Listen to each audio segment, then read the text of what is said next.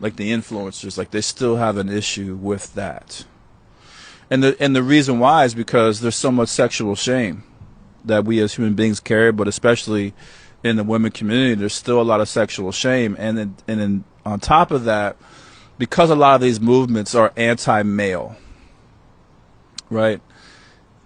You can't really be in your sexual power as a woman if you're not connected to a man or men, or you don't like men, or you refuse to connect to men.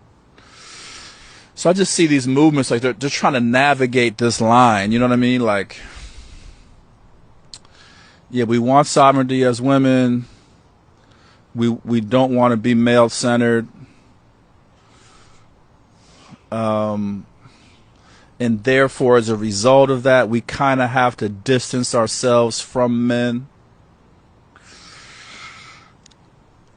And because we're distancing ourselves from men, we kind of have to distance ourselves from our attraction to men. You feel what I'm saying? And because we got to distance ourselves from our attraction to men and our desire to be connected to men sexually, we have to not talk about sexual empowerment. We've got to not talk about,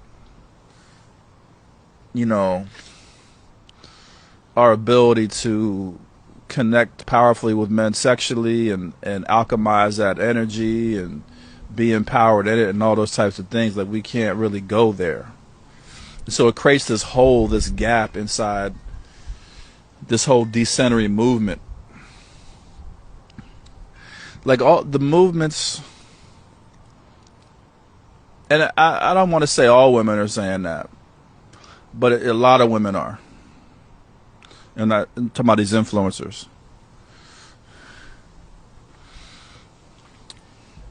So it's interesting to watch, man. And like the women's empowerment that I've talked about, that Kenya talked about, it's not you know what I mean? It's not like there's no weirdness around men. There's still the sovereignty, right? There's still the centering of yourself. There's still you being inside your queen consciousness and your goddess consciousness, and you being inside your power. But it doesn't separate you from the masculine or from, you know, men or the male on the planet.